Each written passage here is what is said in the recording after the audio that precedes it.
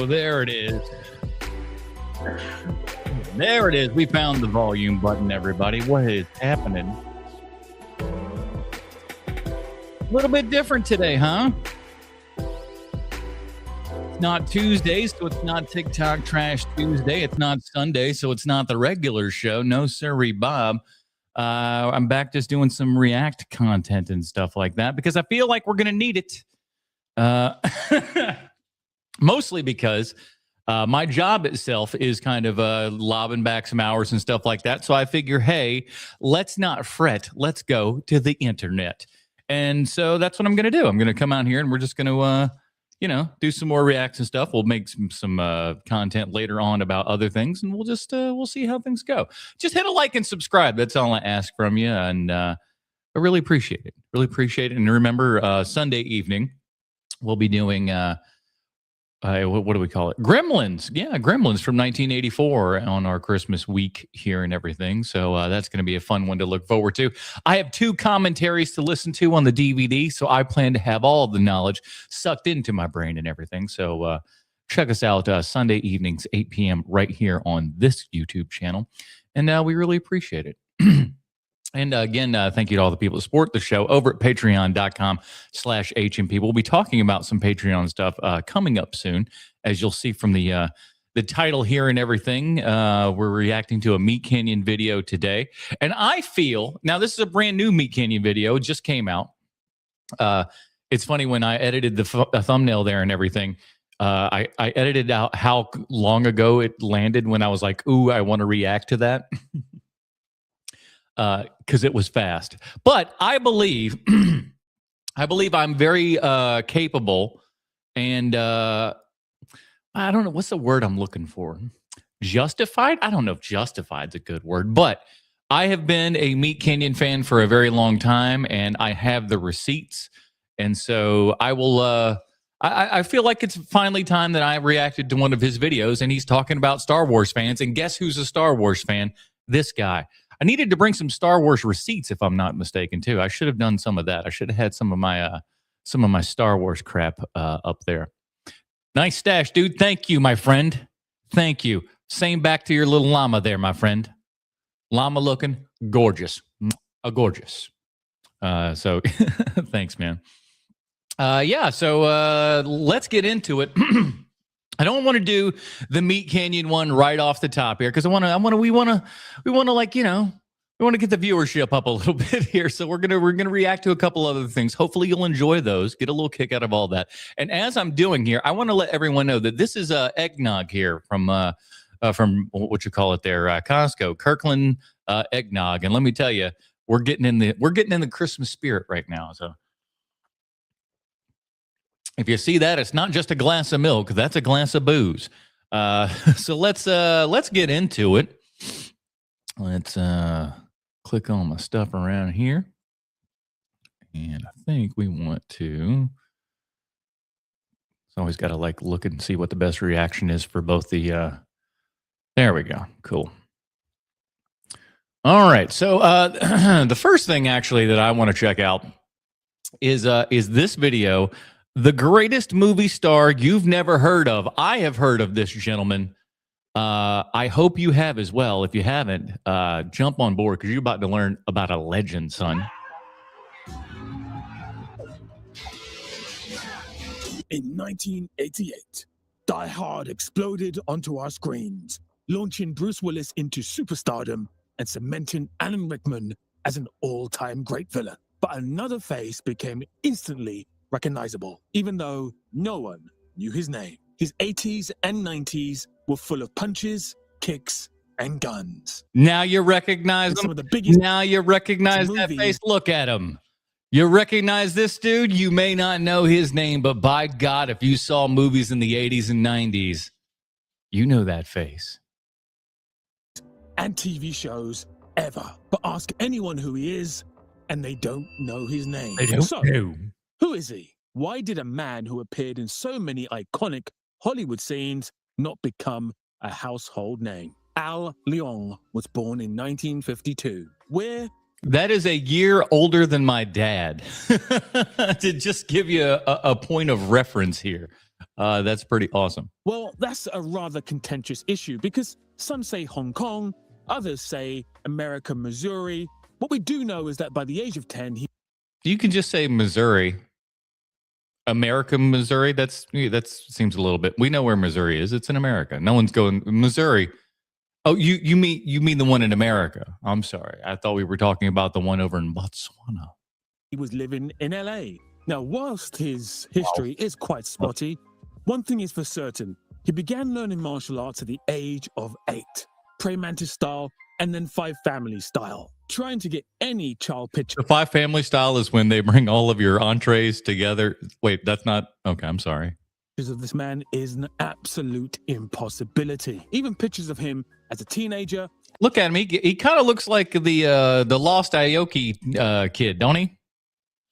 Got that look. And even in his early 20s are kind of hard to come by. Now, this is going to be a recurring theme on this video, as his actual past is a bit unclear. What we do know is that by the 70s, he was winning multiple martial arts competitions and catching the eyes of those Hollywood casting directors. They saw him as a new, nastier looking Bruce Lee type. Those are not my words. Hey, you're a racist now, father! But the fact is, he had zero intention of getting into the movie business in front of the camera. He was actually behind the camera as a crew member and working on a team. As Ricky Jay. It was back in the cinema when I was working as Ricky Jay, and it came upon me. Oh, what do you know? TV show. And whilst working on a TV show, he was asked if he could show 3 girls some martial arts moves. Upon doing this, he was then told to get in front of the camera and just be part of the scene. And then on his next job, the same thing happened again. He was thrown in front of the camera. And much like all the action stars in this series, from these random set of events, he carved a career. In the early 80s, he was appearing in very small, almost extras type roles. In The Twilight Zone, Heart to Heart, which, side note, might have the best opening to a TV show ever. This is my boss, Jonathan Hart. That's my favorite. This is my and then when we get to her, he's all like, and her, I don't know, she's a real swell lady. This guy, he's got the best of the best. He's the brightest. He's the smartest. He's the richest. He's the fastest. Her, she's all right. Like millionaire. Knight Rider, which, side note, might have the best opening to a TV show ever. Maybe. Knight Rider, a shadowy flight into the dangerous world of a man who does not exist. And Magnum PI, which, side note, might have the best opening to a TV show ever. Man, I tell you what, though, you know what's crazy is how Magnum PI has gotten that second life and everything.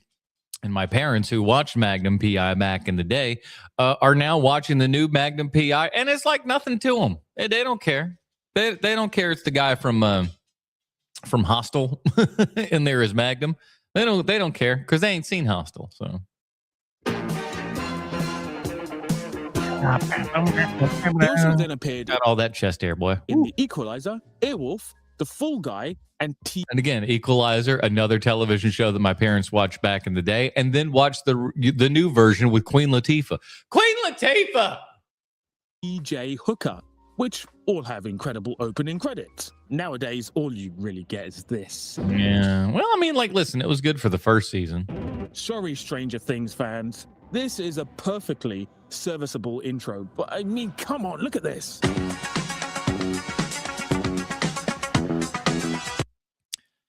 I'd have to look it up, but I remember liking, much like Knight Rider. You know what my Knight Rider was in a weird way? You remember the show Viper?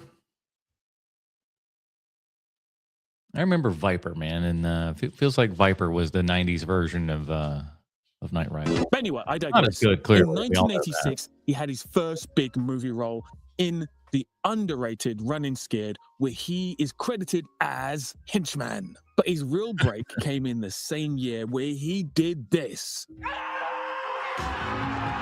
In this. Big Trouble in Little China. In what has to be one of the most underrated movies of all time. He's instantly... I don't know about all of that. I mean, I'm not the biggest fan of Once Upon a Time in China or Is that what the name? See, I can't even think of the name of, because I don't really care. I don't care. I don't care about the movie. It's so inconsequential in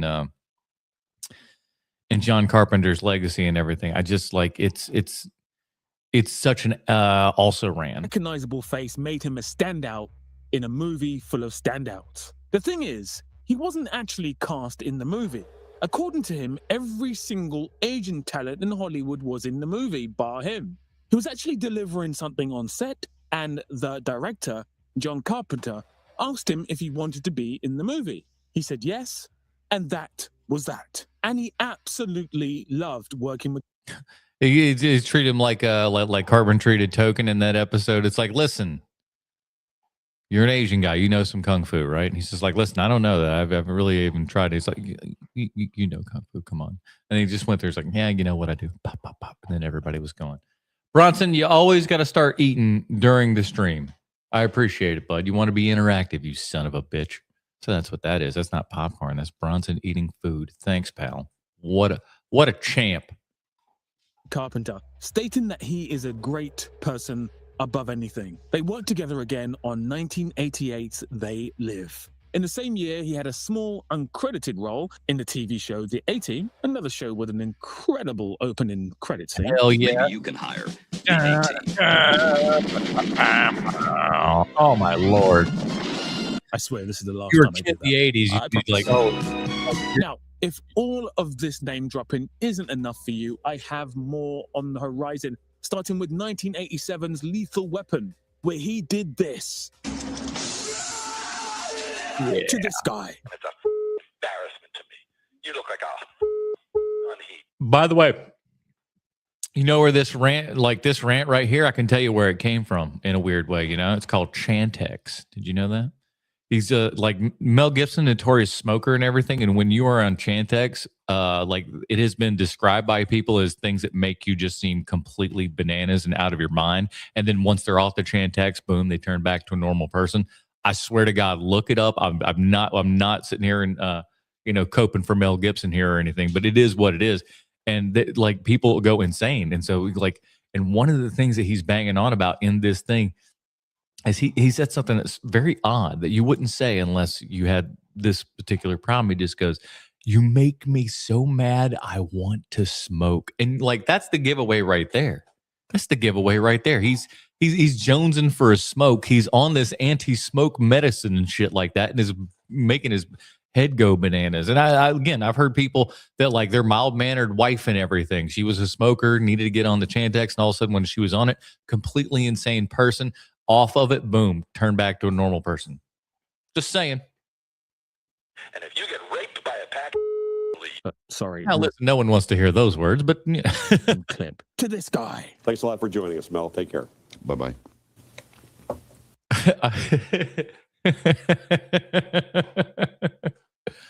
All the kids in Springfield are little SOBs, right, Mel? That's where we're about to go here. And they kept this on, these sons of bitches. This part was not live. They would have cut to something else. They wouldn't have sat there. This was a satellite interview, and they didn't cut. And somebody, this is not, I can tell you what, this is not on Mel. This is on the team that was running his live feed at the end of the day, because he's satelliting out to, we'll call it 30, 40 different news networks and stuff like that, and doing this exact same interview with all these people in the exact same way. They should have turned off his feed and turned on to the next person, but they didn't. They kept it on, and he's about to say something rather rude about this gentleman. And looking at this guy, I could see a couple things I'd say. Asshole. Yep, there we go. Hey, let me ask you this. Was he an asshole in the interview? Because if he was an asshole, sometimes you get to call an asshole, you know what I mean? That's the wrong clip as well. To this guy. In the following year, he did Action Jackson and the TV show MacGyver. Not what we were doing here. I went on about Mel Gibson for so damn long. I know I said that'd be the last time, but that was the last time. Now would be a great time to mention that all of these roles were initially blink and miss it roles. Whilst Long was incredibly charismatic on screen and very memorable, he wasn't actually speaking in these roles. And the thing is like he had such a unique look. It's because of the long hair and the balding and the mustache. It's like you add all of the equation together here and everything, and it's a recipe for a memorable guy. And then when he's doing wild and crazy stuff and stunts and stuff like that, your eye can't help but be drawn to the dude. No Daniel Day-Lewis monologues or Arnie one-liners. I'll be back. No, His main characteristic was screaming. that he played henchmen, and we also know what henchmen do. They die. Correct. That was one of the. They die. But Ooh, look at for me. all of his memorable roles so far, and we're only in 1987, perhaps his most memorable role was yet to come. Oh, in yeah. 1988's He Die did Hard, Kennedy. where he did this. Which is definitely the best part of the movie. And this also happened to him.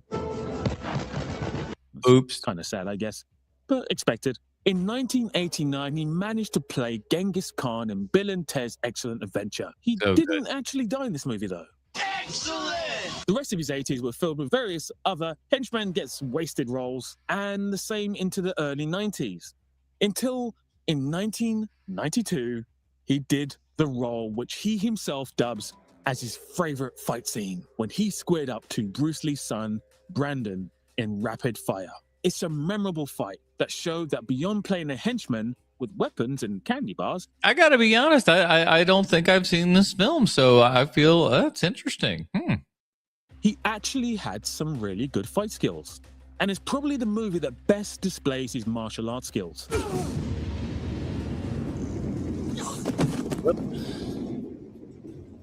For nearly a decade, Al was the #1 henchman. If a movie or TV show was being shot and they needed an incredibly great henchman, he was the If David Carradine needed an Asian man to whoop up on, he was there. main guy. He was a trained stuntman and martial artist. And he could act. And, most importantly, he had no ego about being deleted on screen. He was the Michael Jordan of henchmen. In the same year, 1992, I would love to think that was a true video where he was being. I know it's not. But like a child on Christmas, there's part of me that wants to believe. You know what I mean? the Mortal Kombat game had just been released. It was a smash hit. And with Hollywood circling the rights for the movie adaptation, long was the name being mentioned for the role of Shang Tsung, which would have been his biggest role to I date. could see that. Instead, the role went to the legendary Kiri Hiroki Tagawa, who unfortunately sadly passed away just this week. Finish him! Finish him! Flawless victory. However, a year later in 1993, things were about to change forever as Leung was hit with brain cancer, from which he bravely recovered. But then he got shingles. And then as a final blow, his wife left him and took custody of his 2 kids. Damn, that's a rough This one. left Al down and out. It was a crushing blow, and he felt defeated. This, however, didn't stop him from working. Perhaps the working took his mind off things. You know, it's easier to ignore life when there's explosions going around. You can really stop thinking about your laundry and all that kind of stuff, right? And he continued to do various projects, like The Replacement Killers with Chow Yun-fat, Good one. Godzilla, not the good one, That one's all right. but the really bad one, Okay, that is the really bad one. The really bad one.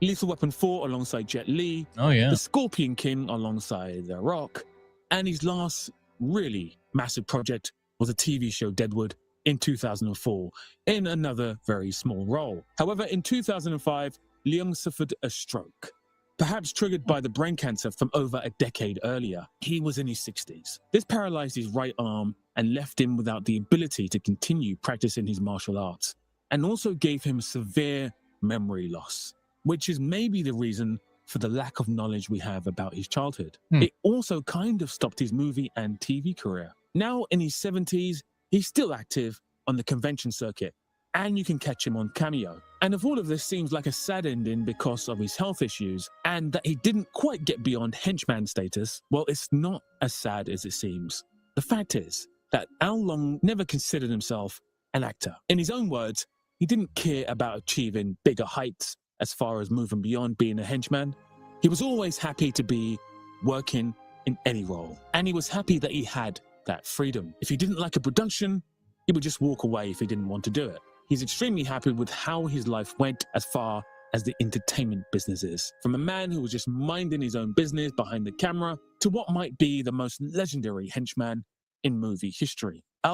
That's pretty awesome that he gets to that point where it's just like, you know what? I was happy to have the work and everything.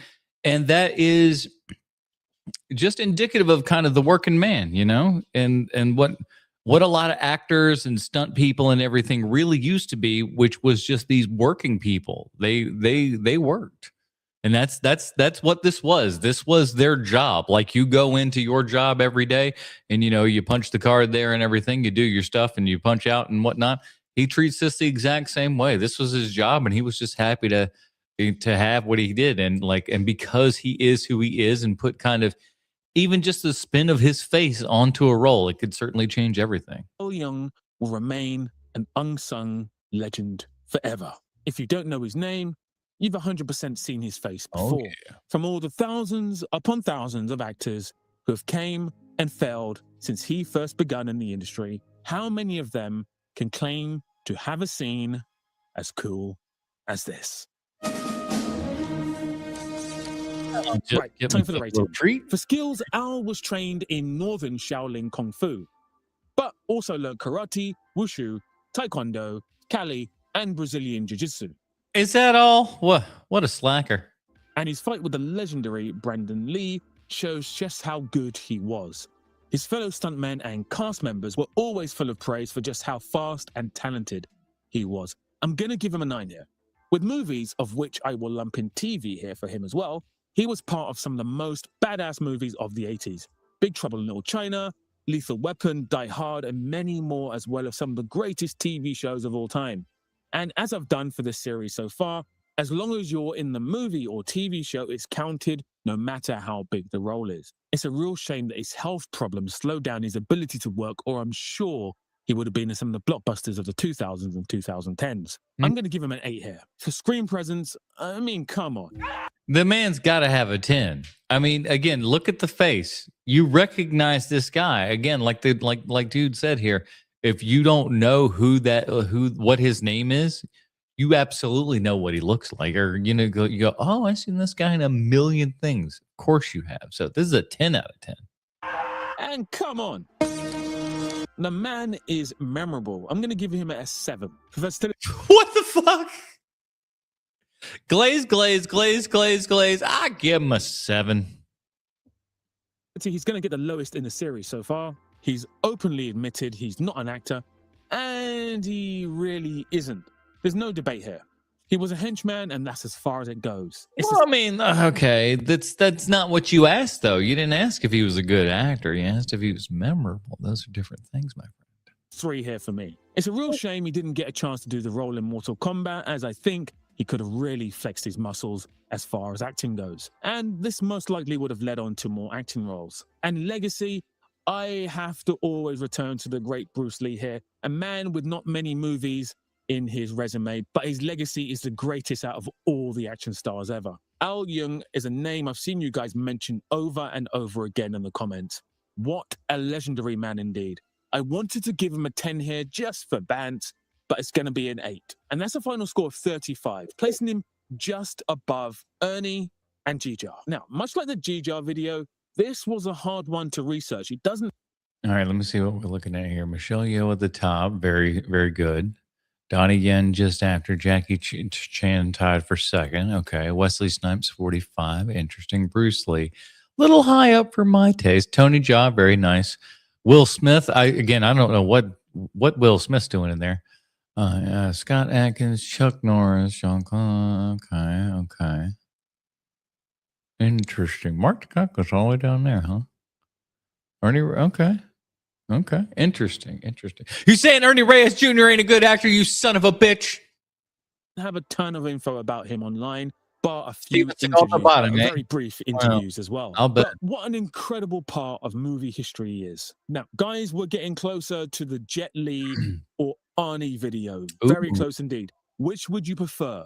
In the comments, put Jet or put Arnie. Thank you to all the names on screen here. You guys are amazing. And if you're watching this, you can be just as amazing by hitting the like button and subscribing. Also, it was my birthday this week just gone. It's his So any birthday. birthday wishes can be directed into the comments. And if you like the Happy iconic but brief career of Al birthday. Young that was played by Health Issues, birthday. you'll probably also Happy love the story birthday. I of do like Ernie Black Reyes Widow. Jr. And you can watch more Way more about fun. him by Happy clicking the birthday. video You just- to your left. Happy birthday. Peace out. And it could go on and for big 45 love. minutes. This is Mrs. H. She's gorgeous. I told you, she's gorgeous. That's all she's got. The other guy, he's smart. He's like a computer. Her, well, she's good looking. I'll tell you that much. What a terrific lady. What a terrific lady. Because she's so good looking. I swear to God, it's great. Oh, man. We're going to give that a like here and put that in the old comments. And you can give them a big old like and subscribe on that. That's good stuff. Beep, bop, boop, everybody. All right.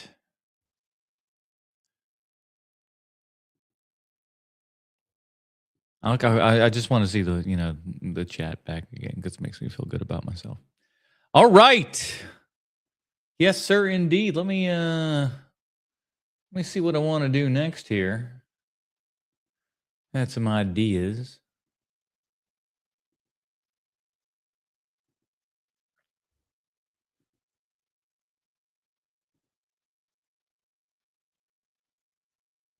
The question being, you know what? I think we'll get to it. I think we'll go to the Meat Canyon video here. Hold on. Oh, my word. All right, give me just a sec here because the other audio for that other video was awful loud. Let's adjust things properly, shall we?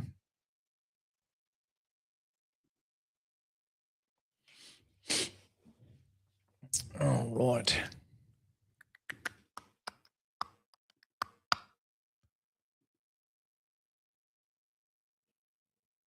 All right, here we go.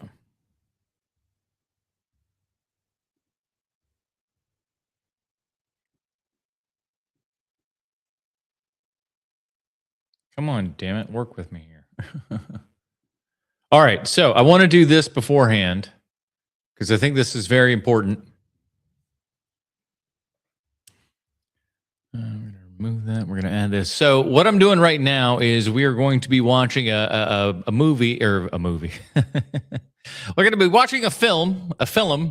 So we're going to be watching a video from Papa Meat, a.k.a. Meat Canyon, a.k.a. Hunter. He is a fantastic YouTuber, a glorious animation expert in everything. I fell in love with his the first thing that I ever saw from him. I forget what it was, but the one that made the biggest impression for me was the Steve Harvey one. And I was watching it. I swear, I think I watched it on TikTok. And it was I was watching it because I think I'd seen his style done before and stuff. But when I was watching the Steve Harvey one, there was just something about it where I was just like, I can't not keep watching this. It's disturbing. It felt like watching, some Clive Barker kind of stuff. It was amazing. And so I was just like, who is this? What is this guy? And then found out, his animation, all that kind of stuff. And then he branched off and did the Pop Meat channel, which is his kind of reaction and all that kind of good stuff. And again, I wanted to say before I do this big giant reaction and everything, I wanted to show that I am a big giant Papa Meat fan here and everything, in as much as like you can see all the stickers and stuff that I have on the Apple box here from all of the months. We got John and Margaret. There's Queso and we whoever that little dickhead is right there. And then we Pirate Software, all kinds of crap. So the Gooner, the big Gooner guy, this little thing, and there's a see the Taco Bell or the Costco kid, and we got a lot of stuff on here. So, like I said, I'm a fan of the guy. So, the girl from Chick-fil-A and all that kind of stuff, Terrence. So obviously a big giant Meat Canyon fan over here. Okay, so that's why I feel, and you're gonna see Hero Movie, you're gonna see Half-Ass Movie Podcast name in the credits for their Patreon. So again, that's why I feel like I very easily can hit this old reaction here and everything because I am such a big giant Meat Canyon fan and Papa Meat fan as well as it all goes. So let's get into it. I want to react like this. And let's see what he's got. Star Wars fans are the worst. I am a giant Star Wars fan. And I'm pretty sure that he's probably right on this. We are awful. But let's see how awful. Welcome back to the Papa Meat channel. How you doing? I'm doing great. Thank you. Coming and sitting down because today we're going to be talking about obsessive Star Wars fans. And that's the thing. And I want to preface this by kind of talking about the type of Star Wars fan I am.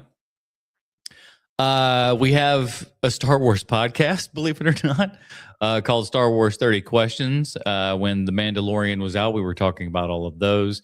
And each week we'd come up with 30 questions for each of the shows. We did it for that. We did it for Boba Fett. We did it for Obi-Wan. We did it for all the main Disney Star Wars shows up until this point. And some better than others. Most of them not so hot. But we're that type of Star Wars fans. We're not the ones that are always kind of crapping on everything, but we're also not going to, kiss up for no reason because, listen, Star Wars has a lot of faults right now. And as big of a fan as I've been since I was a child, I'm literally a second generation nerd. My dad came in liking Star Wars. So out of the womb, it was just like, you like Star Wars, you like Star Trek, you like comic books. This is your lineage. Enjoy, boy. And so I was like, all right, fair enough. And so I did. Been a Star Wars fan since the get-go. And while I've maintained the Star Wars fandom, I've been to Star Wars Celebrations 3, 4, 5, and I think I went to 6 as well. So I went to plenty of them, and then realized by that last one, this is not for me anymore. I am not the fan that we're looking at any point. So I'm like, we're done. And those early days were really great. But again, we were always kids that really like Star Wars, but we weren't so into Star Wars that it would be embarrassingly so, on the cusp of embarrassment, the cusp of Star Wars embarrassment. Let's give a slight montage to get you in the mood. I'm going to do some force to do it. Oh, Lord. It's Dragon Con. Look, everybody. Star Wars is one of the biggest franchises on the planet, with multiple movies and TV shows bringing in billions of dollars. Never heard of it. Every year. There's hardly anyone on planet Earth who hasn't seen or at least heard of it in some kind of capacity. And that's part of what I was talking about, that after a while, we would start to see, the difference between Celebrations 3, 4, 5. And by the time it was 5, we really started seeing the writing on the wall and everything. And it was like, I don't think this is for us anymore. The kind of Star Wars fan. Now there's a Star Wars Uber kind of fan that will always go to that and obsess and be a wacko and everything. But a lot of it got I don't want to say mainstream per se, because that makes it sound bad. But it was just a lot of people that were into Star Wars, but not into Star Wars in the same way that you were. So instead of bitching and complaining about everything, it was just like, you know what? I'm going to extricate myself from the situation. And that's what we all did. It's bigger than Jesus. It has to be. It has to be bigger than God. As with anything this popular, there are millions of diehard fans who revolve their entire lives around it. Obsessive, diehard fandoms like this are very few and far between at this level, right? What's a comparable one? Harry Potter, maybe? Taylor Swift fans. The only, you know what I'm saying? Is that a bold statement? Yeah, Harry Potter. But Harry Potter it's nowhere near as big as Dune fans. Dune? Now, most franchises have small sections of devoted fans, but there's something different about the compulsive and erratic. Oh my God, look at that face. Oh, Lord. Lord have mercy.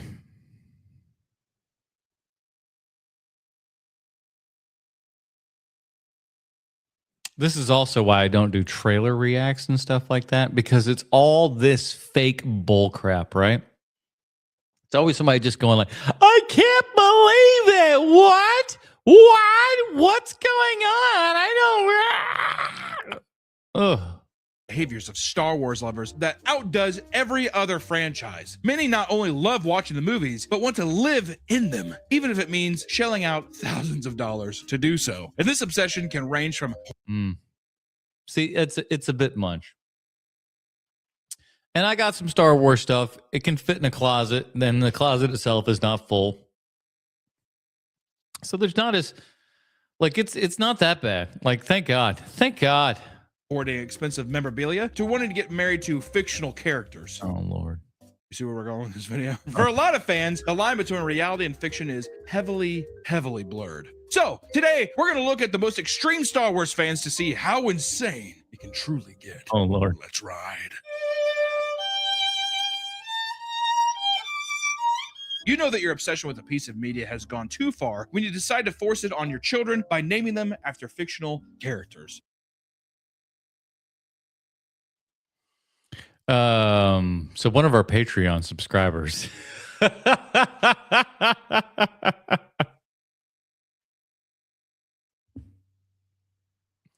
Let's move on. That's a big no-no. Because there's also in the world, there's usually a lexicon of like, all right, this name is kind of off limits now. Hitler, Jesus. We got Jesus, but there's a thing over it. So now it's that. Yeah. I had a buddy in film school named Adolfo. He was a Cuban guy. And it was always just like, we're just a hop skipping away from the big H man, aren't we? Careful now. Careful now. He would always come to the party at like precisely midnight with a fifth of Jack in his hand, and it would be gone in like 15 minutes. Unbelievable drinker, that guy. Got to assume Osama. You can't name someone like fuckhead or like a slur. Like if Oh, yes, you can. You can name a kid Shathid all day long, baby. I have been a substitute teacher and have called the name. I've called it myself. I've not just heard the stories. I have been in the trenches. And there are some names out there that will make you go, whew, whew. And I've got news for you, everybody. I got news for you. White people, you are off. You're off the table. You can't be like, oh, we don't have crazy names. No, sir, Bob. White people have been competing hardcore in the horrible name department like nobody else's business. They was playing like they needed to catch up or something like that. They were like, oh, really? Oh, really? You think you own the market on that? No, sir, Bob. You watch me screw up the name Sarah. You know, like maybe 2-3 ways to spell Sarah. That's not how we're spelling it this time. And if you get it wrong, God help you.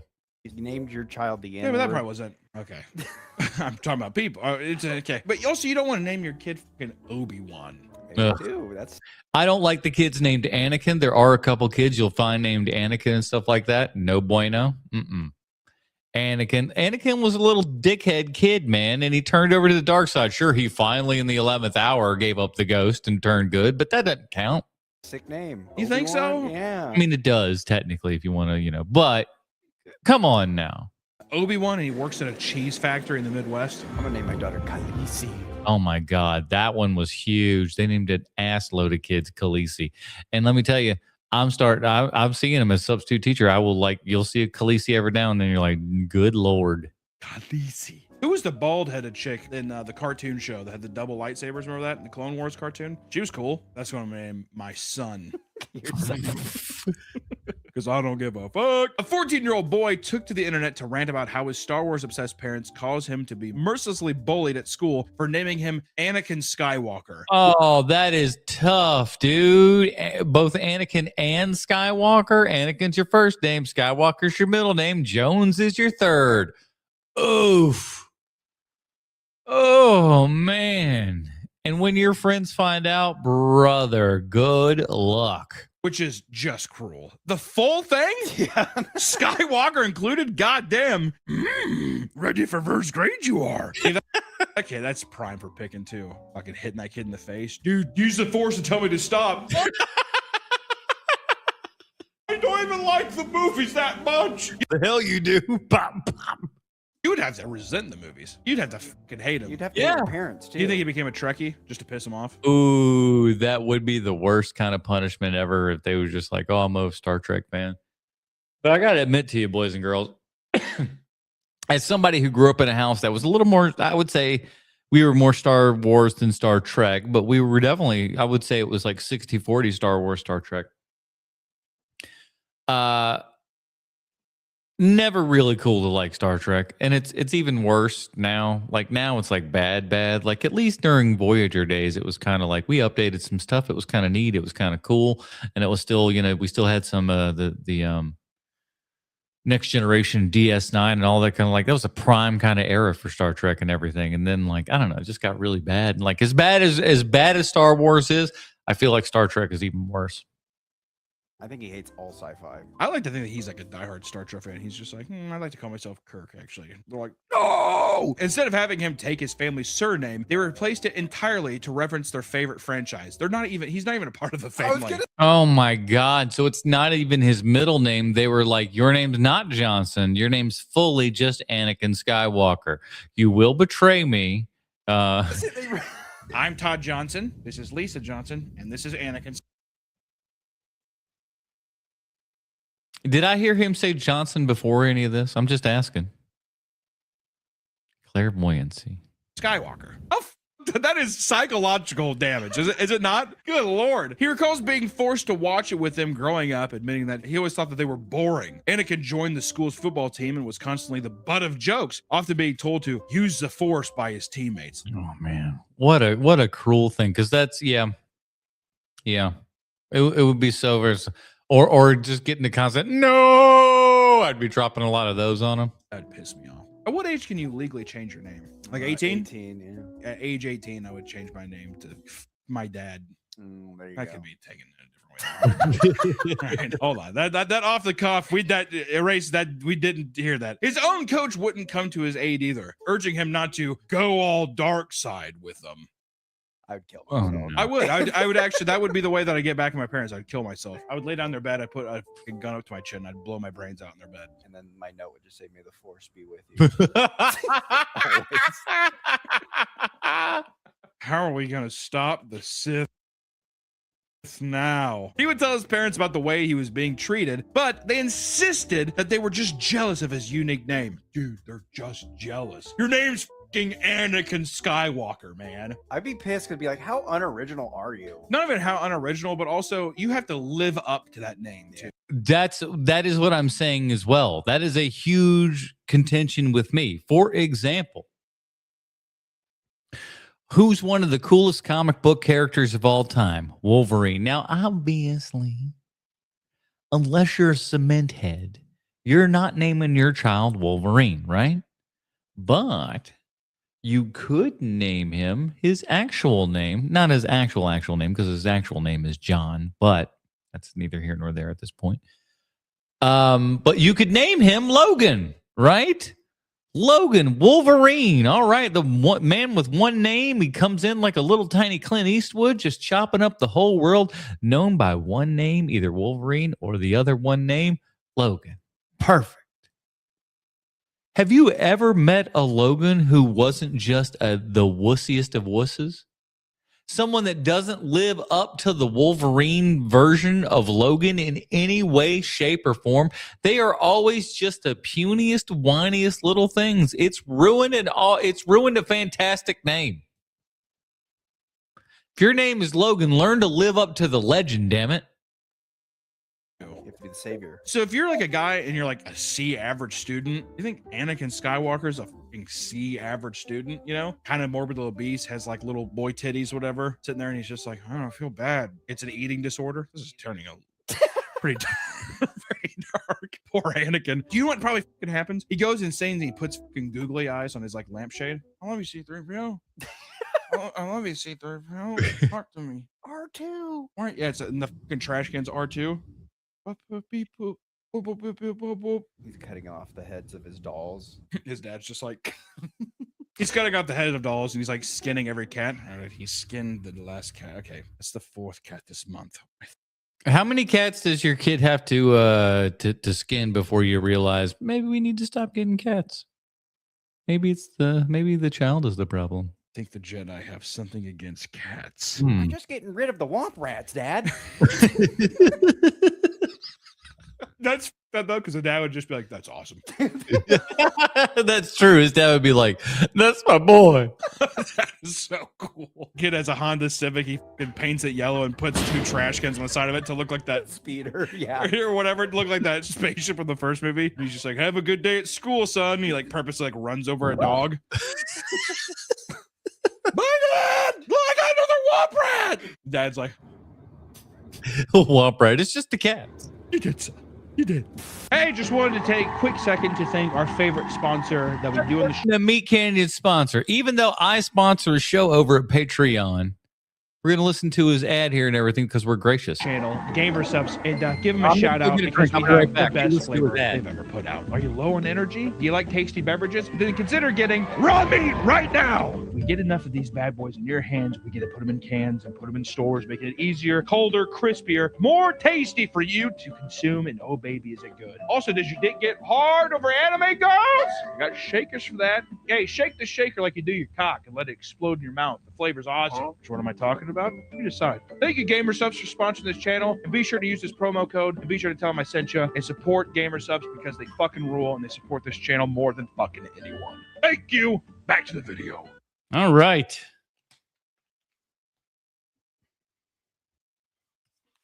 As we've said previously, we're having get my camera up here. We're having a Kirkland eggnog here, so we're having a good time. Yeah. While we're stopping here, let's check on. Oh my God, we got some chat. At the hospital, how do you tell which one is the head nurse? The one with red knees. Do I have a?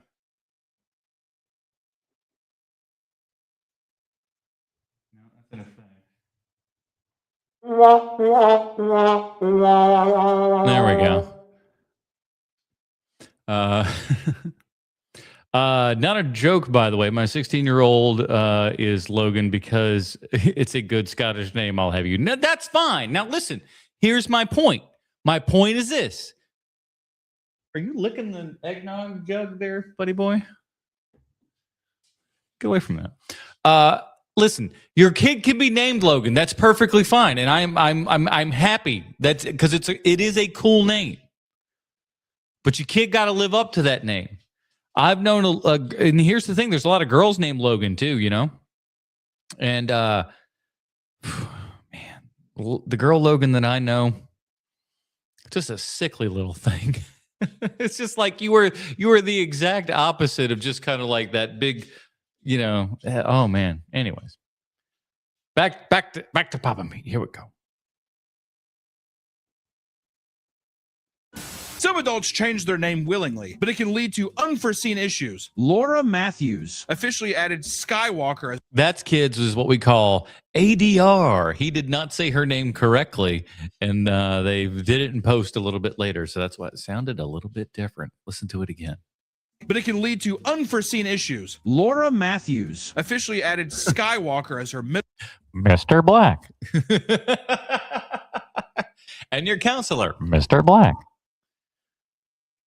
name, thinking it'd be a silly way to honor her love for the character. This ended up biting her in the ass when her passport application was denied for including a trademark name. The whole debacle resulted in her missing her entire trip to Amsterdam. Get absolutely fucking owned, bitch. Are you kidding me? What a slam dunk. What if the guy's actually just like, this is cringe and gay. We'll not allow you in this country. Is that the Amsterdam accent? You want to smoke?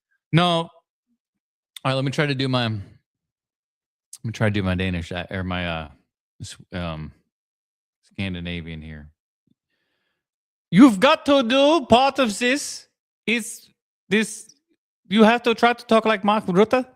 weed and go to red light district to get your pussy wet? Not this We're close. I mean, it's a kind of a not quite Russian. time, girl. Not with Star Wars name like that because he's gay and cringe. Denied. It's almost a Russian accent, but Yeah, it works. Amsterdam, that guy's something. Whatever. They're kissing cousins in the accent department. We'll let it slide. We're close to it, right? On the globe? Come on. yeah.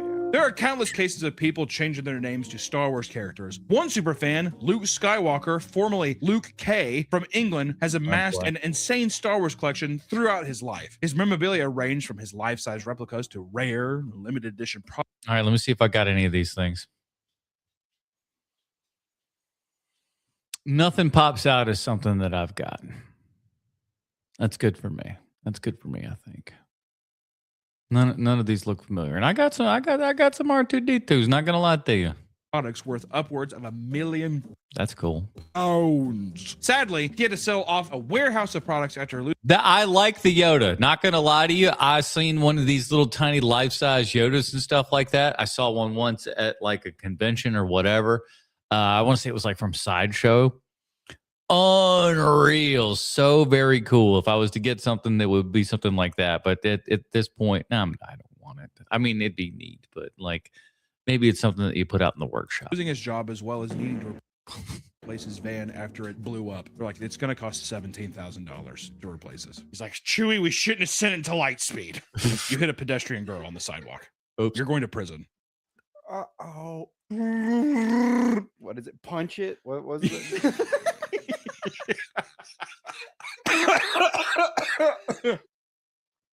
All right, that's a good one. I'll say this to answer the question. No, the people that are making Star Wars are the worst. I think you're right. What they decided to do was not go after the people that were actual fans of Star Wars and stuff like that. It's just like and I think this is a broader problem with Hollywood as a whole, is that they wanted to appeal to as many, corners of the market as they possibly could. And at the same time, while trying to do that, they were alienating the market that they already had. They had people. You had a built-in fan base. If you would at any point try to actually, give to that fan base, perhaps you might have liked it. But no, you decided to go, well, we need more people's money. Well, you can lose other people's money at the exact same time. You know what I'm saying?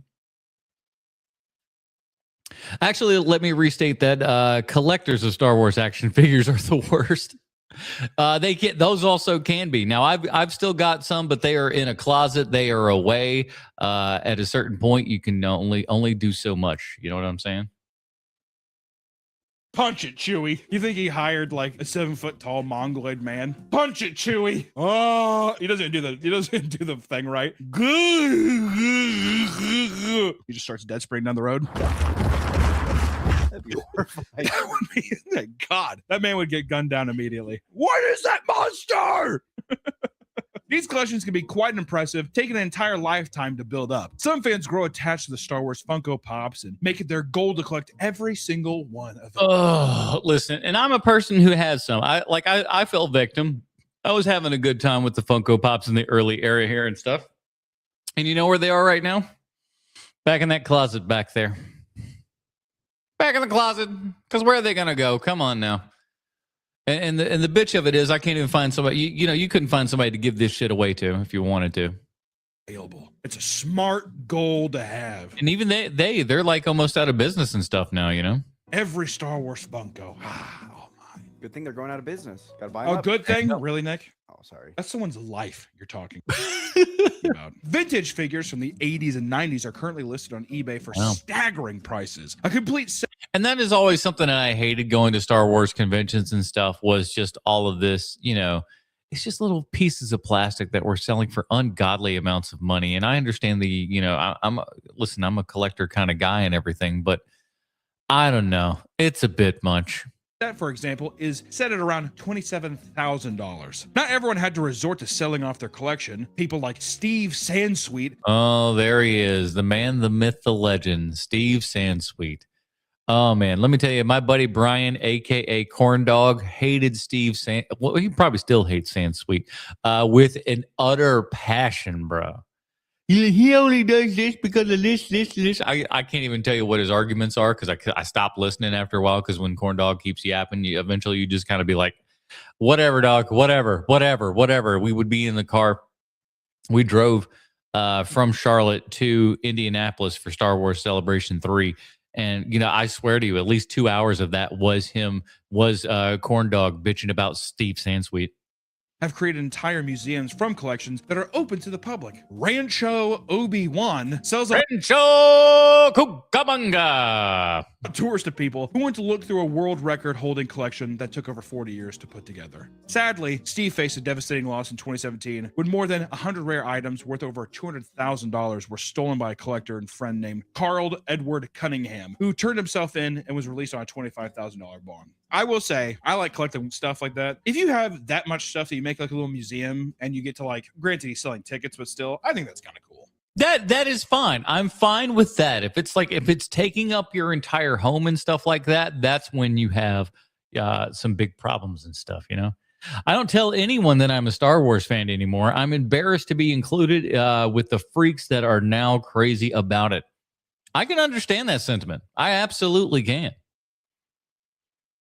Because it's not always a fun fandom anymore, you know? Totally get that. You make a little room because it's a bad. I mean, to be fair, I'm not the biggest Star Wars fan or whatever, but it's fucking insane. Like the guy has obviously put his heart and soul into this thing. I would absolutely go to that, you know, and look around and check out all the stuff. I think it would be bitching. I think that's very, very cool. But it's cool for that sort of reason. And I think the average person does not need to be in that kind of situation. But I think if it's there as a kind of, like you said, a museum, a memory piece of something that you can kind of walk through and see the cool history. I like that for things like that, for video games, the punk rock museum in Las Vegas and stuff like that. I think things like that absolutely need to exist for these kind of niche sort of things for people to go through and really experience, you know, kind of the history of it all, really, and especially with something like Star Wars and the amount of licensing that was, you know, created, and you know, just the amount of shit that was put out, quite frankly, is really astounding and set kind of a standard that would be there for until today, quite frankly. Why do you think I feel positive towards that? But then I hear about the guy named Luke Skywalker, 7 foot tall, I don't know, Chinese friend who's doing the Chewbacca accent. Why do I not have sympathy for him? Why is that? Why do you think that is? I don't know, because he also had $1 million worth of product. Supposedly. Who's grading the $1 million? Well, you know, actually it probably is like literally graded and stuff, which also even the Luke Skywalker guy, it's not that he's doing anything wrong. I think that when I hear this and a guy is just like, I want to share it with other people. Oh, yeah. Maybe makes it feel more. Yeah, but if you knew Steve Sansweet, then again, all of my Steve Sansweet information comes from a guy named Corn Dog, so take that with which you will. By the way, that's not a mock year he gave himself, by the way. I gave him that nickname in 7th grade when at lunchtime we had these little tiny mini corn dogs and everything. And before you knew it, man, he sucked those things up like a Hoover vacuum, dude. And that's what I told him. I said, man, you suck those corn dogs up like a Hoover vacuum. And, you know, like Hoover hadn't made vacuums even at that point for like 20 years. But yet I still knew a Hoover vacuum reference, right? So I said, man, you suck that. I'm like, man, we ought to call you Corn Dog. And it was from that day on, from 7th grade, that I called this guy Corn Dog. And it has lasted to this very day. And the funny part is he would try to like give me a nickname back, and it never really worked because he would Snoop Dogg was obviously still just a big giant thing in the 90s and whatnot. So he tried to give me like the nickname of Snoop Corny Dog. And I was just like, it wouldn't stick. It wouldn't stick. Right. But for whatever reason, like, you know, he'd come over to my house and stuff, and my dad would hear him call me that. So one late night, my dad goes, hey, the phone's for you. It's like 10 o'clock at night. He's like, hands me the cordless phone. And I'm like, what? What's going on? Who would be calling me? And I go, hello? He goes, hey, is Snoop there? I'm sorry, what? Yeah, Snoop there. No, that's not what do you, no, I'm sorry, Siri. I think you got the wrong number. Beep. I look at my dad and I go, what did you just hand me this phone for? He goes, He asked for Snoop. I thought he was talking about you. I thought it was Joyner. I'm like, you mean the old black man that asked for Snoop? You thought that was my little white friend from high school. Okay, fair enough, Dad. You're a weirdo. He's the one who I know Steve Sansweet's information from is corn dog. So just like I said, he says Sansweet's an asshole. Public exhibit where you're just like, oh, it's fun. You get to go and you get to like see things you would never. Versus, I feel like a lot of the times when you hear about collections and it feels so, is that it's a guy just being like, mine, hoarding, dragging, mine, it's all mine. I feel he is a little Smaug-esque over there, Steve Sansweet. Again, this is all according to Corn Dog. So I don't know. He's Jabba the Hutt. Which I just want to say, disclaimer in the middle of the video. Should have put this at the beginning. You can like whatever the fuck you want to like, all right? Amen. You know what? Like, it is fine too.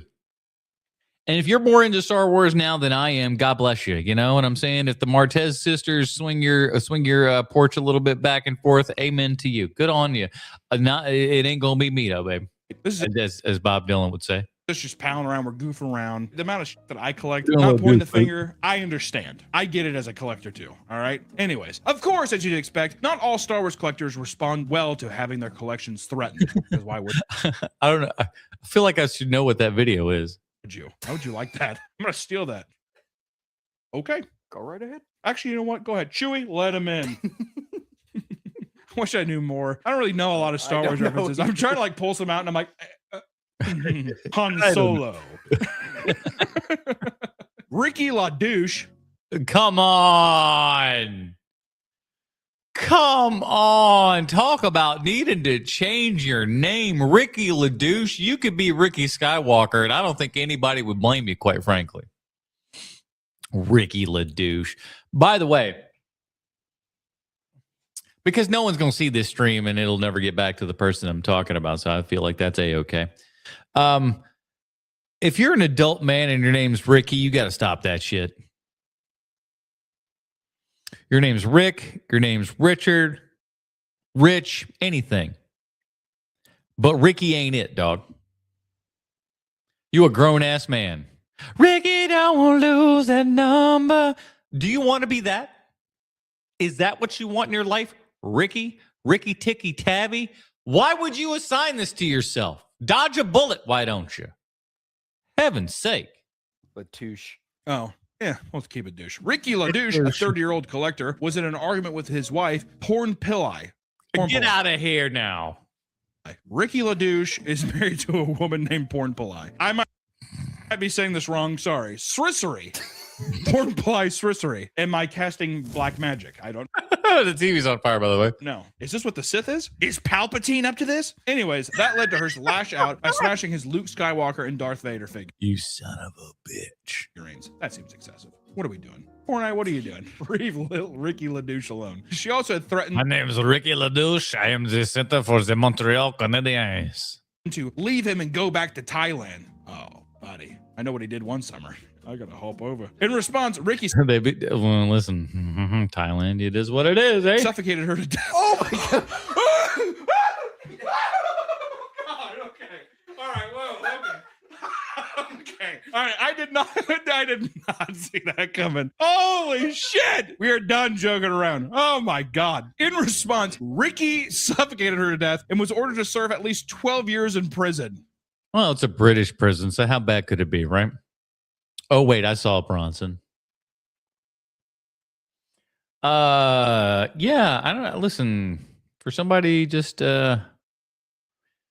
messing up your Luke Skywalker action figure, you feel like that's worth a life? I don't think that's worth that. That's not a equal trade-off.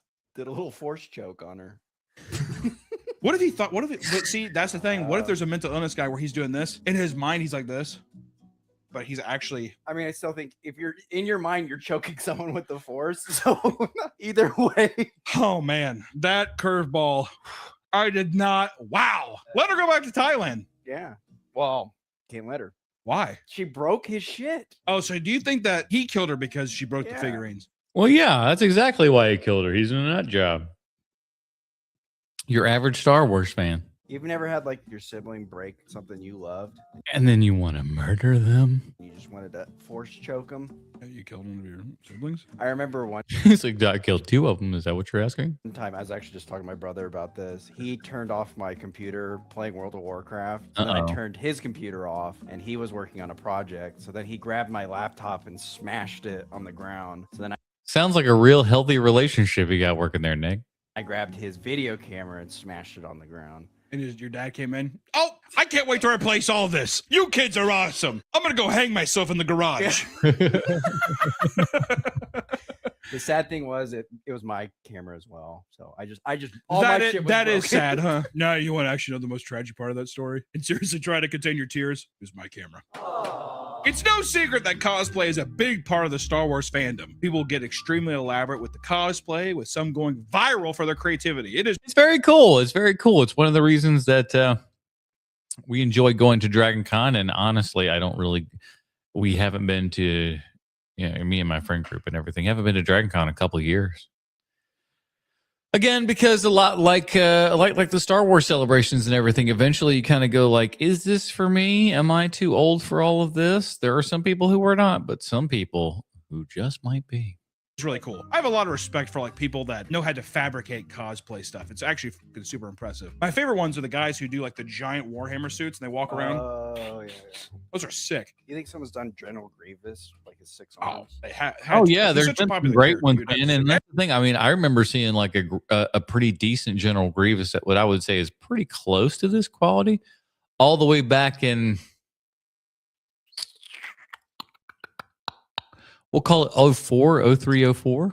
I 03. think like every character in Star Wars has been cosplayed a billion times, I would assume. But Grievous, I bet you there's some sick ones out there. There's good ones. What Yeah, people can do with just like styrofoam and just crazy stuff, right? That's what I love. And the cool part about like Dragon Con and everything is like you would be able to walk into this any time of day. All you got to do is walk around a host hotel, especially the Marriott, and you would come across something that is this amazing at any hour of the day. And I mean any hour of the day. 2:00 in the morning, you're walking around, you're hammered off your ass, having a little bit of eggnog or something. Uh-oh. Sorry about that. You can see Thanos and everybody else out there like that because it's still rocking on. Man, Dragon Con is a party that does not stop. just knowing how to like paint things to look distressed and stuff. It's incredible. Really cool. Others dress up their dogs and even their horses in custom made outfits, like prop maker Michael Corey from If you're bringing a horse to a convention, you're something else, man. Indiana, who spent 700 hours crafting an AT-AT suit for his Clydesdale horse, and it's fucking I just call them AT-ATs, but that's okay. awesome. Yeah, look at that. That is sick. Well, listen, I don't want to be that guy, right? But I'm going to be that guy for just a second. You're not finished here, man. What's going on with this neck? What's going on with the chest? How are these things bending? Where are the feet?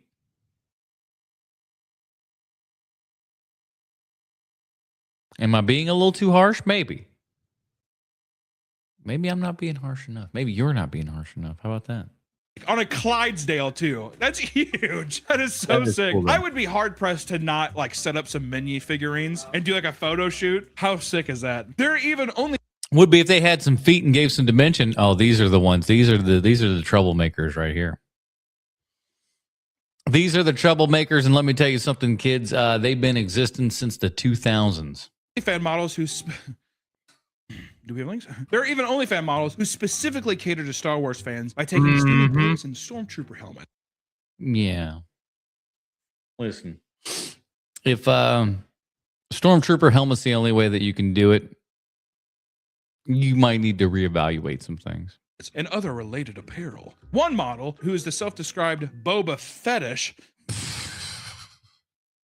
There you go.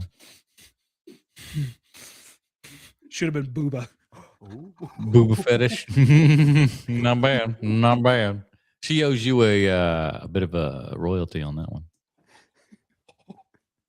Posts also sorts of casual and intense content in a Mandalorian helmet. All right. Casual and intense. I like how he said intense content. What does that mean? You want to see a lightsaber go up a your asshole? It's $5. That's kind of a nice, right? See, that's a new sideshow carnival attraction thing. Oh, like a plastic one? Yeah.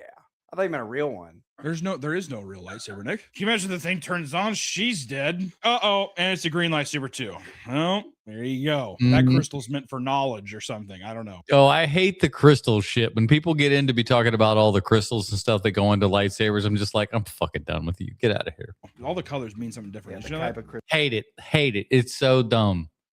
All right, so Jedi Counselor, Jedi Guardian, Jedi Sentinel. Samuel L. Jackson wanted a purple one. That is true.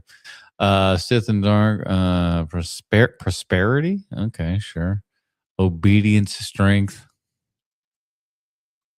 Crystals, yeah. Except Samuel Jackson was just like, nah, I want purple. nah, George, I want purple.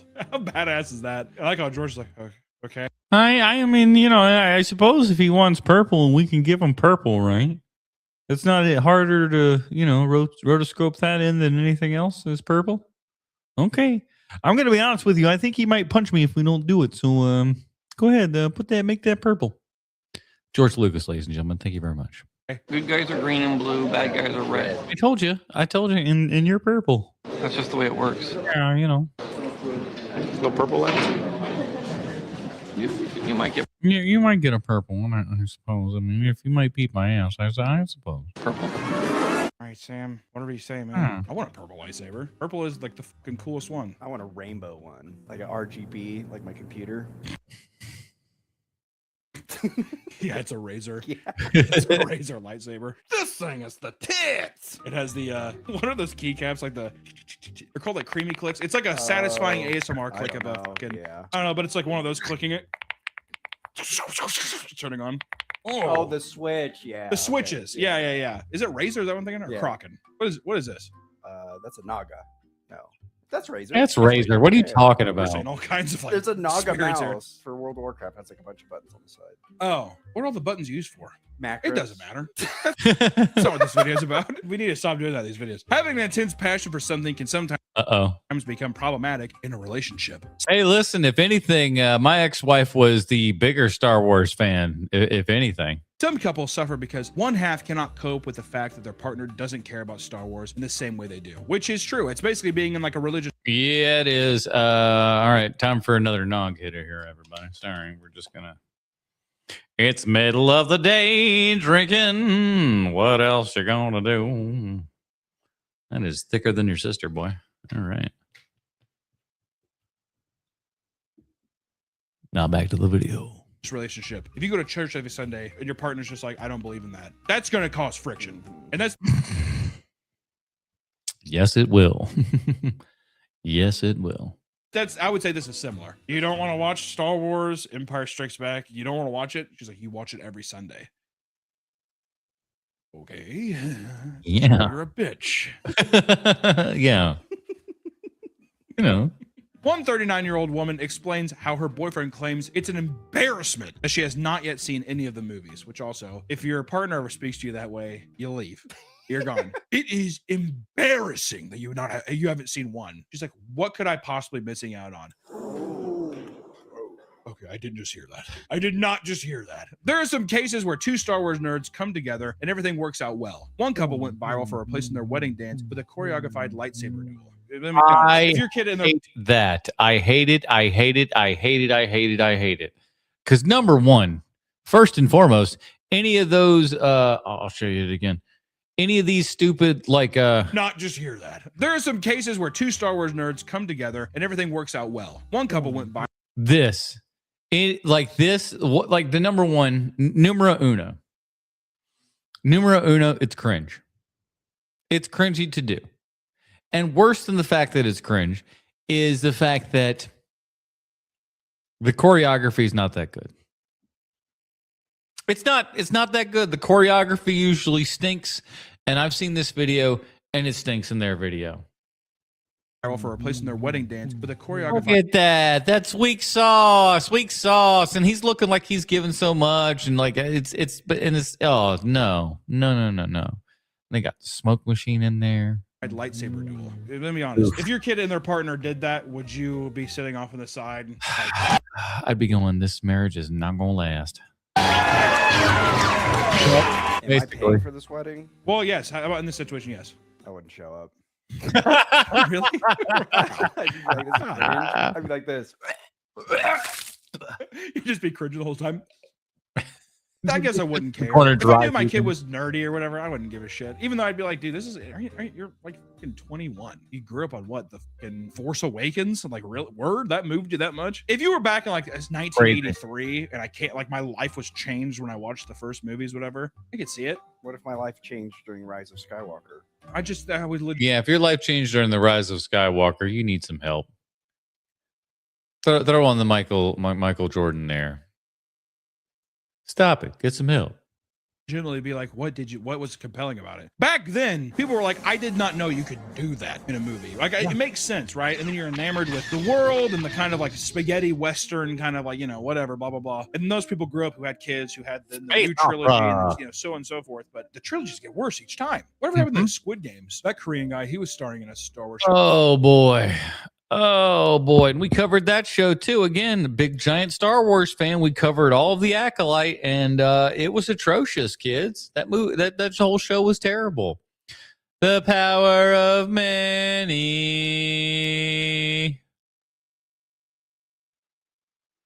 Oh, brother. Right? People hated it. Acolyte got canceled. Oh, there's too woke. Thank you, God. For them. It was woke as hell. It was dumb. It was like these lesbian witches and stuff. It was awful.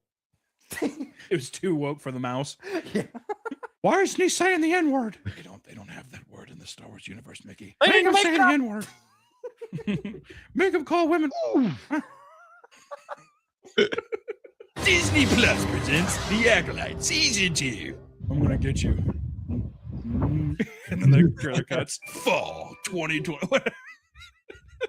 Well, admittedly cringe, they kept it as a small part of an otherwise standard wedding.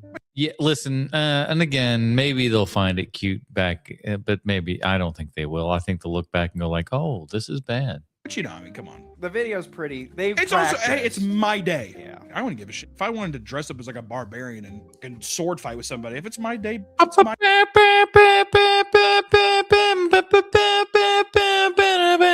one of those. My day. What if they made you participate? Like, what if they like? I would not make people. If you force people to participate, that's where I'm like, you do it, and then people have to sit and just be like, okay, that's what they're doing. But if everyone's like, everyone get up and pretend you're shooting lasers at us, so they can like pretend to be deflecting them, I would say no. That's where once again I would go back to my thing of like, come on, Grandpa. No. Yeah, look at my grandson. I should have just had him watch Wolf on Wall Street like 700 or 800 times. That would have fixed his brain right up. Many others have fully embraced their love for the franchise by having fully themed wedding ceremonies on May 4th, aka Star Wars Day. Oh my God! If you are a fan of HMP, you know what my stance on this is. May the 4th with you can kiss my ass. Ugh. I hate May the 4th. I think it's stupid. I think the only thing that's dumber is Revenge of the 5th. Ugh. Punch you in the face as well. Awful, awful, awful. No. Just no. May the 4th was made up by like, an elementary school teacher who absolutely just loves puns. It's like force, but it's the 4th, and it's the 4th of May, so it's May the 4th be with you, because it's the 4th of May, and it's May 4th. Isn't that funny? Isn't he cute? Isn't he cute? Right? And then after that, it's going to be Revenge of the 5th, because it'll be May 5th, the day after May 4th. Oh, my word. Ugh, shut up. Only one Star Wars day that matters. If you know it, put it in the chat. If you don't, shut up. You get it? May the 4th be with you. Awful. Atrocious.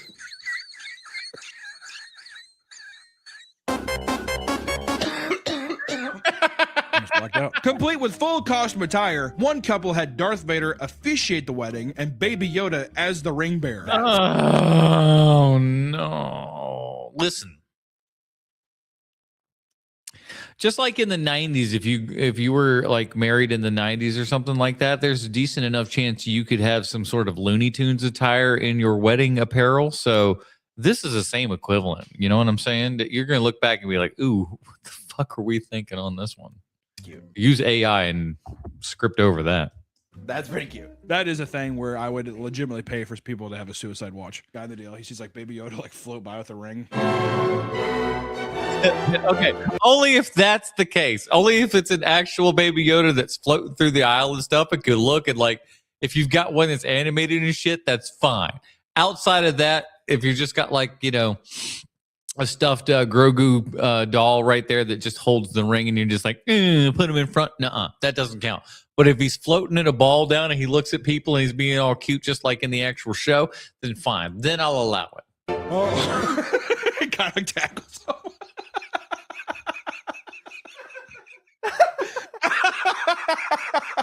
It's a Roman Catholic wedding too. You're like, oh, it's like 6 more hours. Oh, I don't care. Send me down. Send me down.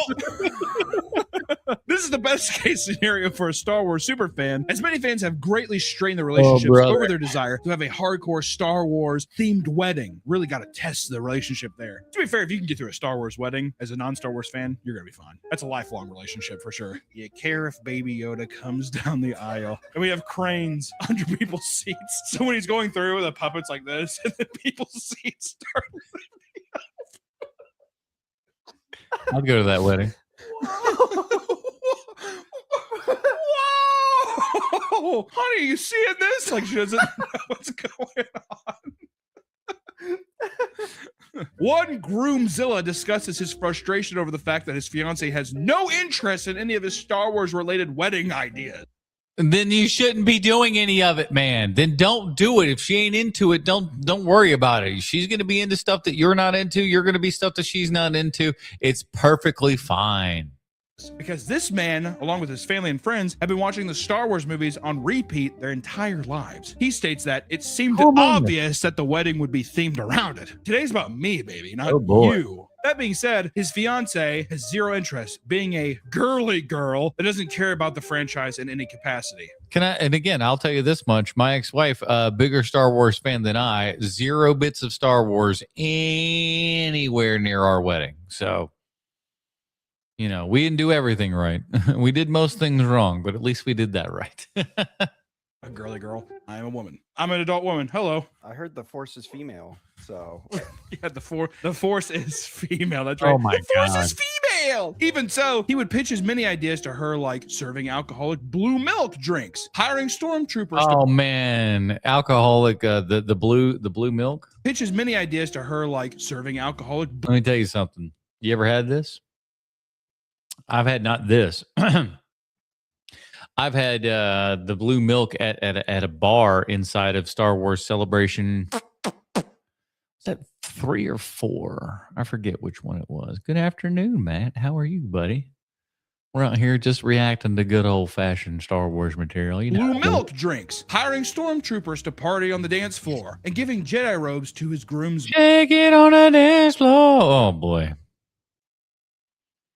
Average Star Wars, you know, what you call it? Robe wearer. That's the word I'm looking for. Robe connoisseur. Men. Actually, that'd be sick to have all of them in. You can't just keep saying it's everything's sick, dude. Are you a big Star Wars fan? I used to. Then. Uh-oh, what happened? and then Lucas sold. I think I grew out of it. You don't grow out of Star Wars, though. I love Star Wars, even like the prequels. The newest movies? No, I hate the sequels. The first one's fine, but oh, so it goes original, prequel, sequel. Yes. Okay. All of these ideas. If it's any ways for anyone else, I question things. Were shot down with her claiming anything Star Wars related at the wedding would be embarrassing in front of everyone we know. That can be. That's a reasonable reaction. Everyone on the post chastised him for seeming to care more about his Star Wars fantasy than celebrating the love between him and his future. By the way, Robert also like left his. We talked about him earlier, naming his kid and everything. Which, by the way, it's just his 19th wedding anniversary this week, I think. But he also went out like it wasn't much. But like when they left, it was the Star Wars. It was the end celebration song at the what you call it there. I wish I knew all the things. The eggnog's starting to get to me. I'm not going to lie to you, kids. Your wife also seems pretty reasonable. I think it's a double standard though, because if she wanted a Star Wars wedding, the guy would have to oblige. That is true. There's probably online discourse as well to bully you into being like, you can't just indulge in this one fantasy for her. Yeah, we gotta watch out. We're getting kind of based here.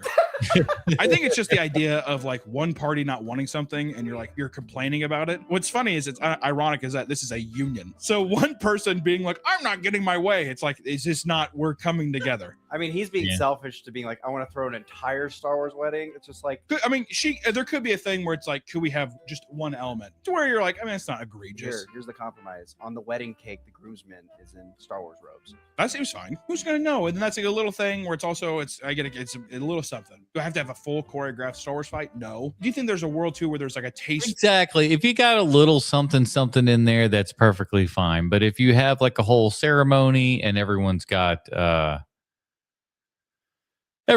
robes on, there's lightsabers involved and stuff like that, it's a bit much.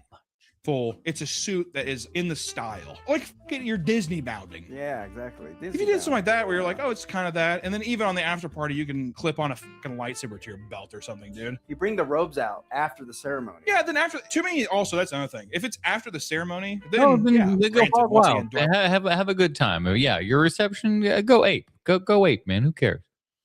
But in the actual ceremony, be a little respectful, you sons of bitches. I want stormtroopers breakdancing on my dance floor? No, but could you and your friends get the robes? Why not? But to be fair, her saying it's an embarrassment in front of everybody too, that's kind of harsh. Like, it's our friends. They know that I like this still. Also, why are my friends judging me? So are they my friends or not? I don't know. Yeah, am I an embarrassment to you? We're going to love each other forever, right?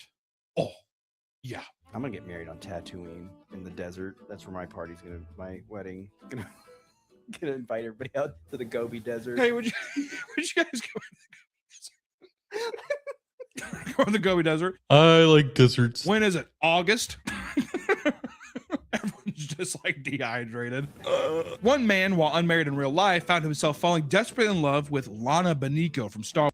Lana Beniko, all right. The Old Republic. Pretty sure it's a video game. He admits to marrying this character with 3 different characters and even recorded her most endearing moments in the game in order to rewatch them whenever he wanted. Wow. That's sad. That's like the guy who married the guy who married the VR thing. It's like, I love you, little VR girl in a bubble. Like some actual Blade Runner shit. I have to fight the Sith. He's like, I'll be gone too long. He's consumed as much lore as possible for Lana and hums her theme song throughout the day. There he goes. And then now we're all starting to learn. We're all starting to put some things together. And again, this is also a program for children, by the way. Admitting that the song gives him a feeling of ecstasy. I would hate to be his coworker. He's like has like a boner the whole time. The water cooler by him. This is where we start to get into more fascinating side of Star Wars obsession. It's one thing to collect some memorabilia and dress up for a Halloween party, but it seems like some people are truly desperate to live in the world of Star Wars. Oh boy, look at the face on this one. I haven't been to the Star Wars land at Disney there or anything like that. I'd like to, but not on the highest of priority list, I'll be honest with you. There's even a full-on Star Wars religion called Jediism, based on the beliefs of the Jedi from the franchise. What started as a silly email campaign in 2001, it turned into a legitimate system of beliefs for a large group of people. Some people will pay good money to be immersed in the world of Star Wars, to the point where they're reduced to tears after stepping into Disney's Galaxy Edge and seeing the Millennium Falcon for the first time. Oh my God! Which I will say, we've been there. It is impressive. That whole area, whoever designed all that shit did a good job. Hey, listen, that's why I think it would be very cool to do it. I remember I was like, God, like when I was standing by the Millennium Falcon, I was like, God damn, it's fucking huge. It's crazy. There's people that go to Savi's workshop and customize their own lightsaber to become one with the Force. People gladly spend over $220 to take it home with them, which I will say, I know that it's become, everybody knows about it now. When that first came out, people were like, oh my God. So that's fun. You're a big Star Wars. And I got a Harry Potter wand and stuff like that. So, listen, I'm not unsusceptible. Wars guy get to go there because I think you get to customize your own lightsaber and stuff. If you're at the theme park, why not indulge? You know what I mean? Why the not? It's your money too. I fucking work for this money. Yeah. You're like a nepo baby scum. Not my I'm buddy. looking at you. There's like one guy. Oh. People's obsession with lightsabers can go far beyond an immersive theme park attraction. Superfans show off massive replica lightsaber collections online worth hundreds of thousands of dollars. Because there are a ton of people. There's also some people that have like insane screen used ones. I got a Master Replicas one. It's got the little top part on it's kind of popped off, so you don't really much like it anymore. But it's a red one. It's Darth Vader. When it comes to movie memorabilia and stuff, I like that shit. If this is screen used, whatever, how sick is that? I don't give a what movie it is. Even someone's like, these are the jeans that Robert Pattinson wore in Twilight. Ooh. Damn. Tiny your waist than I expected. I like that. That's how it always is with those. You ever been inside like a Planet Hollywood and stuff back in the day? You'd be like, this is Harrison Ford's wardrobe in Indiana Jones. And it's just like, look how tiny he is. To further immerse themselves in the world of Star Wars, fans have geared up in the custom Star Wars attire to engage in some LARPing. Fan clubs like Galaxy Awaits hold multi-day LARPing events in Seattle where people deck themselves out in Star Wars costumes and put Deck your butts in silly Star Wars. La la la la la la la. themselves into an interactive story with missions and light touch combat using foam swords and dart blasters. It's awesome. You can also register to play as an NPC to help push the story along for everyone. The proceeds from the event are donated to Seattle Children's Hospital as well as local food banks. So There a you go. Cringe LARPing session turns into a nice community drive. Yeah, listen, if you're gonna at least do your cringy LARPing stuff, at least have it be for a good cause. That's nice. I'd be the NPC. I'd love to throw a wrench in the whole operation. So the guy's just like, where's this thing? What's it to you? Not make it easy. They're gonna have to work for the information is what I mean. I want to be, I don't give a fuck about fight with the foam stuff. I just want to act like I'm like working on a thing. I'm busy. What do you want? Oh yeah, I've heard of them. What's in it for me? What if I actually get money out of that? They actually give me like $20 human. That means nothing to you, right? That's Earth money. $20 human. I want credits. Chewie, he's a tough cookie to crack. Good Chewbacca right there. Chewie. He's saying racist things. Chewie! Hey! Come on! Some colleges have their own saber dueling groups. That's too much. Where those who rank up within the program are rewarded during knighting ceremonies that take place in the middle of the campus. bro. That's a red flag. Not on the campus. Go somewhere else. Go to a fucking Kohl's parking lot, dude. Also, I never understood. They take the fake lightsabers and they tap their shoulder with it. Wouldn't you be like, You wouldn't actually touch it with it, would you? I think with the Padawans, they burn your little thing off. They cut your rat tail off. They take out a fucking Bowie knife. Your rat tail. Cut your hair. He has Darth Maul contacts in. Welcome. You're never gonna leave here again.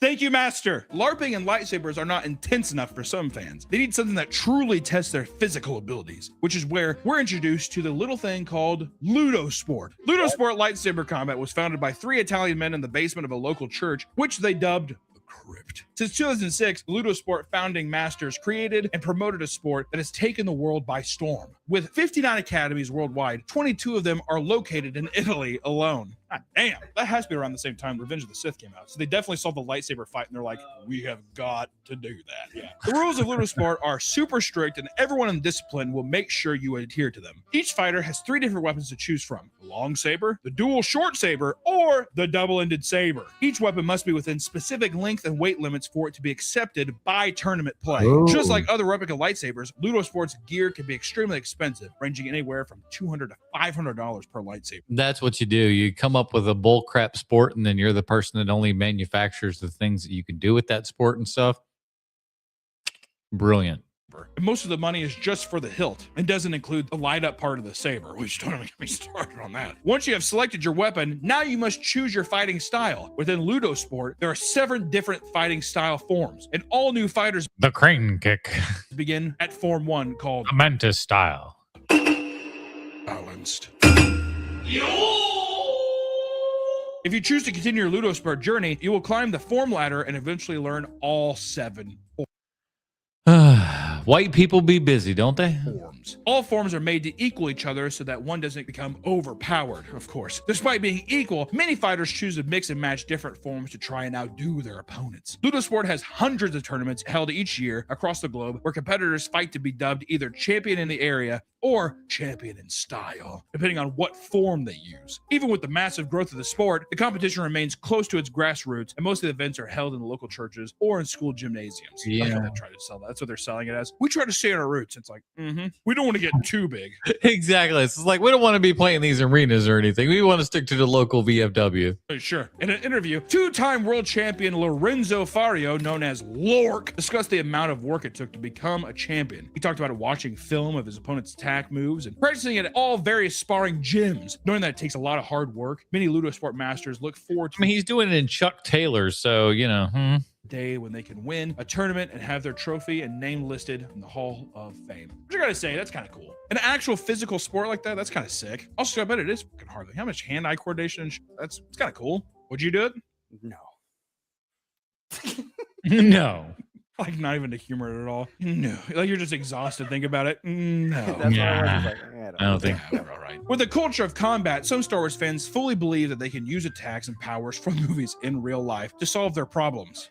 We're going there. For some, it can lead to dangerous Star Wars fan interactions. In a small town in Pennsylvania, 2 police officers were parked on patrol when out of nowhere, a red Ford Escape backed into their patrol car. Startled by the collision, both parties got out of the vehicles, but before officers could speak, the clearly drunken man put his hand out and said, "There is no problems here." He believed he could use Jedi mind trick to stop the police from arresting him. Police reports indicate that there's no crash here.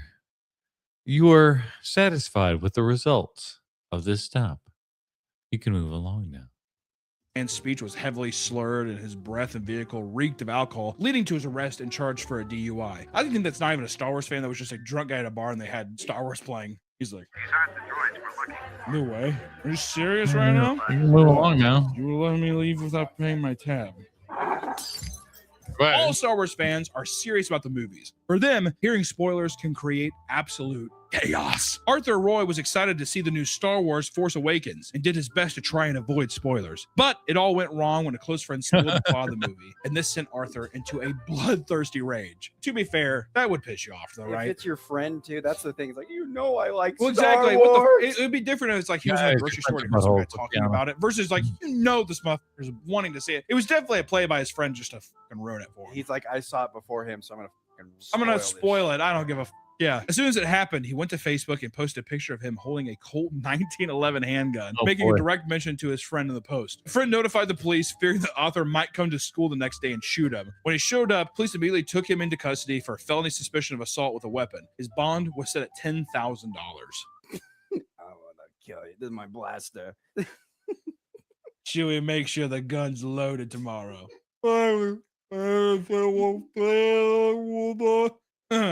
Pretty much. Pretty much.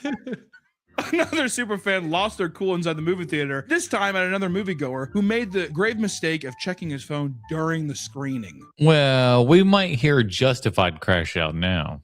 Joe Bond and his wife were excited to watch the Star Wars The Rise of Skywalker. It had been the first time they went out on a formal date since the birth of their second child. Who cares? As the opening credits... Okay, yeah, exactly. They're like, we're going to pepper this in with some little nuggets that who cares? Began, Joe discreetly pulled out his phone in order to make sure... Discreetly. That means he just got it out and was like, oh... The text he received wasn't an emergency from the babysitter. The agitated Star Wars fan saw this and immediately lost his cool. He turned and started screaming, "Turn your phones off! Turn your phones off! Turn yes. your phones off! Turn your phones off! Use your fucking hands! Use your fucking hands! Welcome to the 21st century! Welcome to the 21st century! I went into the goddamn mirror to see this so some asshole could turn his phone on next to me! Yes. This man is my spirit animal.